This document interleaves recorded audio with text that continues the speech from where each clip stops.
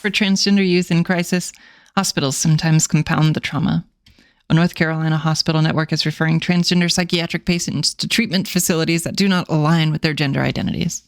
4 days of waiting under the flickering fluorescent lights of UNC Hospital's emergency room left Callum Brodford desperate for an answer to one key question.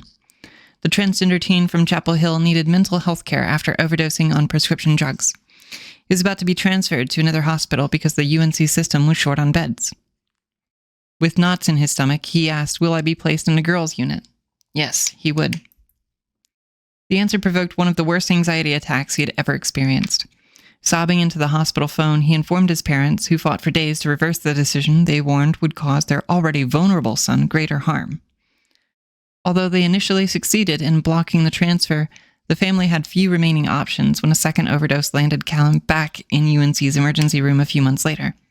When the 17-year-old learned he was again scheduled to be sent to an inpatient ward inconsistent with his gender identity, he told doctors his urge to hurt himself was becoming uncontrollable, according to hospital records given by the family to the Associated Press. "I had an immense amount of regret that I had even come to that hospital, because I knew that I wasn't going to get the treatment that I needed," Callum said. "That moment of crisis and shock and fear, I wish anything that hadn't happened, because I truly think that I took a step backwards from where I was before in terms of my mental health." As the political debate over healthcare for transgender youth has intensified across the U.S., elected officials and advocates who favor withholding gender-affirming medical procedures for minors have often said parents are not acting in their children's best interest when they seek such treatment. Major medical associations say the treatments are safe and warn of grave mental health consequences for children forced to wait until adulthood to access puberty-blocking drugs, hormones, and in rare cases, surgeries. Youth and young adults ages 10 to 24 account for 15% of all suicides, and research shows LGBTQ+ high school students have higher rates of attempted suicide than their peers, according to the CDC. Some transgender teens say the negative rhetoric popularized by many Republican politicians in recent years has become too much to bear. In North Carolina, legislators enacted new limits to gender-affirming care for trans youth this year, while barely discussing flaws in the psychiatric care system. It's one of the at least 22 states that have passed laws restricting or banning gender-affirming medical care for transgender minors. Most face legal challenges. North Carolina lacks uniform treatment standards across hospitals and runs low on money and staff with proper training to treat transgender kids in crisis. That means the last resort measures to support patients like Callum often fail to help them and sometimes make things worse.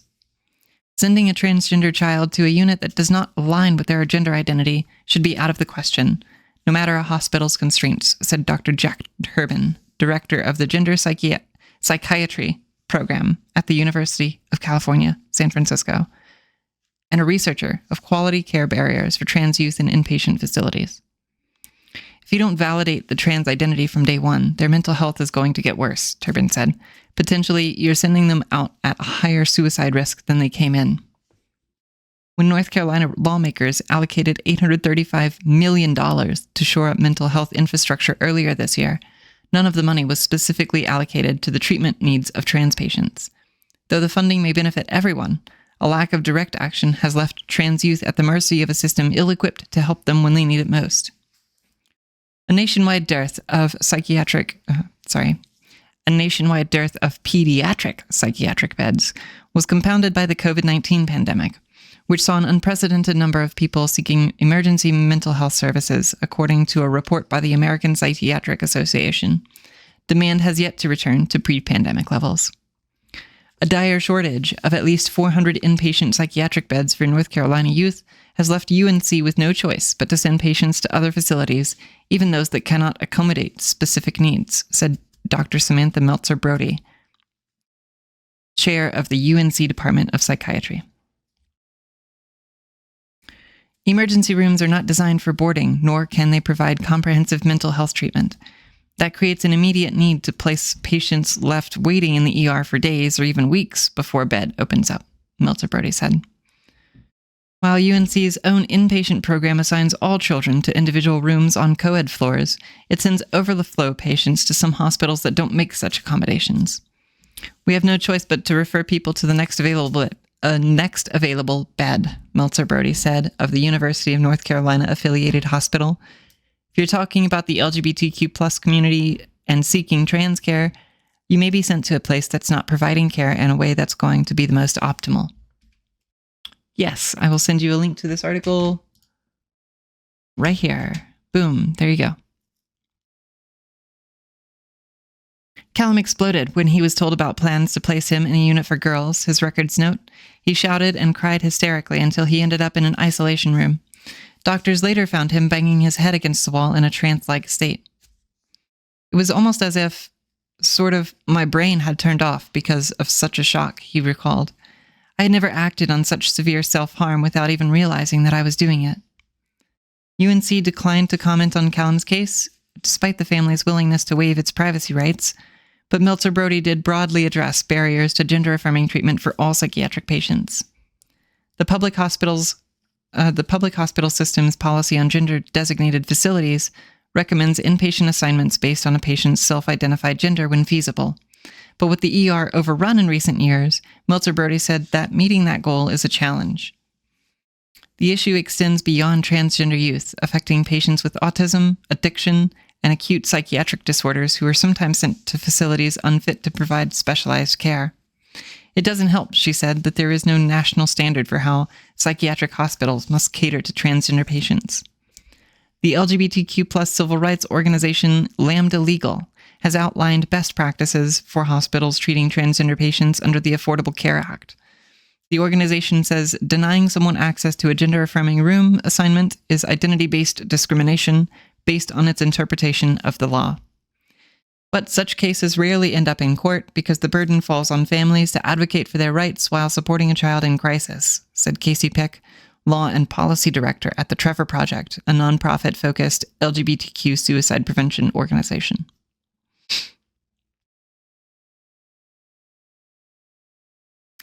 These are circumstances that are themselves often inherently traumatic. Adding a layer of trauma on top of that in the form of discrimination based on an individual's gender identity just compounds the issue, Pick said. The last thing we should have to do is then add the additional trauma of going to court. Patients, including Callum's father, Dan Bradford, describe feeling helpless while their children are receiving psychiatric care involuntarily, which isn't uncommon after attempted suicide. Callum's involuntary commitment designation also temporarily stripped his mother and father of many parental rights to make medical decisions for their son. A psychiatrist himself, Dan Bradford has always supported his son's medical transition, which began with puberty-blocking drugs, followed by a low dose of testosterone that he still takes. Eventually, Callum underwent top surgery to remove his breasts. Irreversible procedures like surgery are rarely performed on minors, and only when doctors determine it's necessary. Thank you, Chayard, for the follow.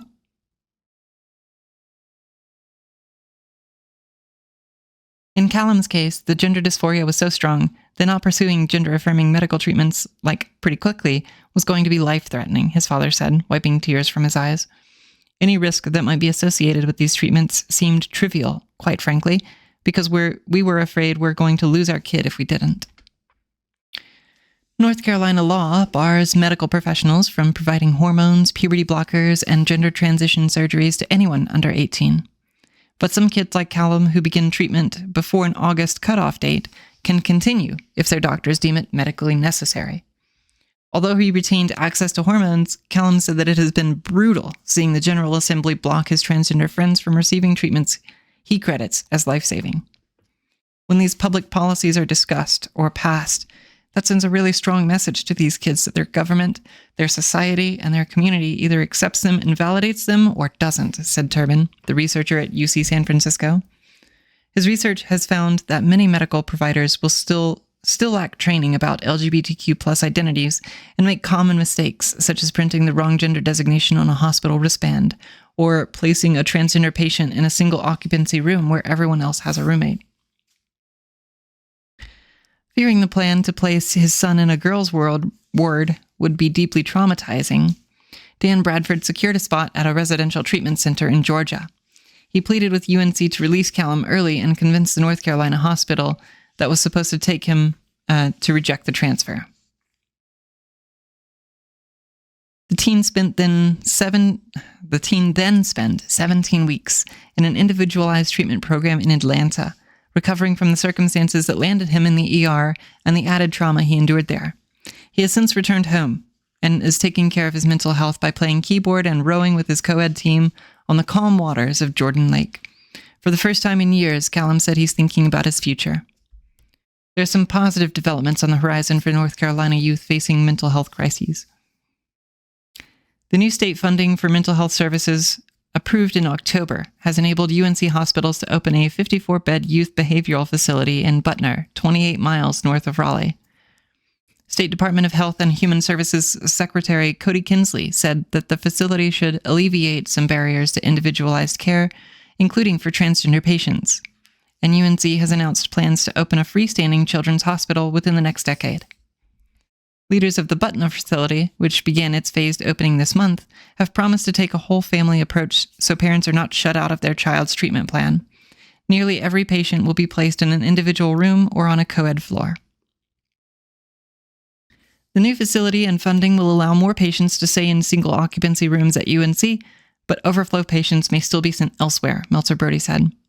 The hospital system has not changed its policies on transgender patient referrals, and other facilities across the state that receive those patients still lack uniform standards for treating them. Although Callum said his experiences eroded his trust in the state's inpatient care network, he's optimistic that the new resources could give others a more gender-affirming treatment experience if they are paired with policy changes. "I'm still here, and I'm happy to be here," he said. "That's all I want for my trans friends." That's a very touching story. Incredibly touching. I feel bad, but I can totally empathize. As a few people know, when I was put in the mental institution that I was in, I had an experience with one of the intake nurses who asked if I had had the surgery, quote unquote, yet. And when I told her no, she told me, "Oh, suddenly our women's unit is full. We need to place you in the men's unit." And there I spent 5 days next to a Nazi. So that was great. Anyway, yeah, I hope it gets better for people in North Carolina, especially trans youth. I don't have that experience of being a trans youth, but I can imagine that it's very difficult and hard. It was hard just being a gay kid in high school. For me personally, anyway. That was my experience. I hated being a gay kid in high school. I got made fun of all the time. This was like early 2000s too.